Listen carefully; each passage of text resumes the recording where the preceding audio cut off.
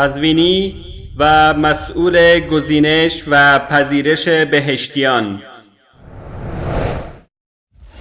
آخرین جمله‌مون باز اظهار ارادت به طاهره باشد. سرفصل کتاب آفرینش زهراست، روح ادب و کمال بینش زهراست.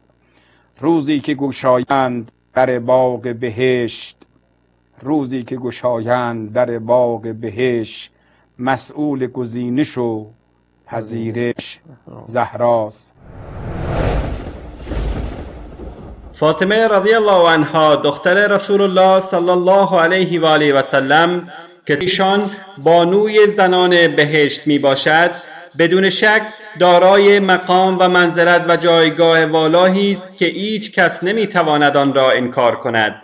اما اینکه اعتقاد داشته باشیم که فاطمه رضی الله عنها در روز قیامت مسئول گزینش و پذیرش اهل بهشت است، مخالفت صریح با آیات قرآنی دارد، زیرا فقط و فقط الله متعال است که اختیار محاسبه و بخشش و مجازات در روز قیامت را دارد.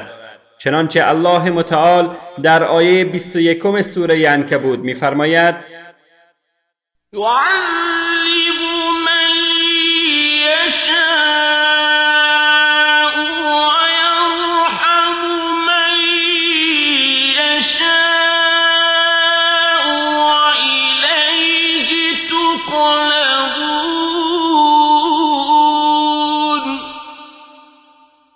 هر که را بخواهد عذاب می کند و هر که را بخواهد مشمول رحمت قرار می دهد و به سوی او بازگردانیده می شوید. بینندگان گرامی، آیات قرآن در این باره بسیار می باشد. حال شما قضاوت کنید منظور از این شعر که آقای قزوینی ذکر کرد چیست؟ آیا اعتقاد به این مورد غلو و دور از حقیقت نیست؟ آخرین جمله‌مون باز اظهار ارادت به طاهره باشد. سرفصل کتاب آفرینش زهراست، روح ادب و کمال بینش زهراست.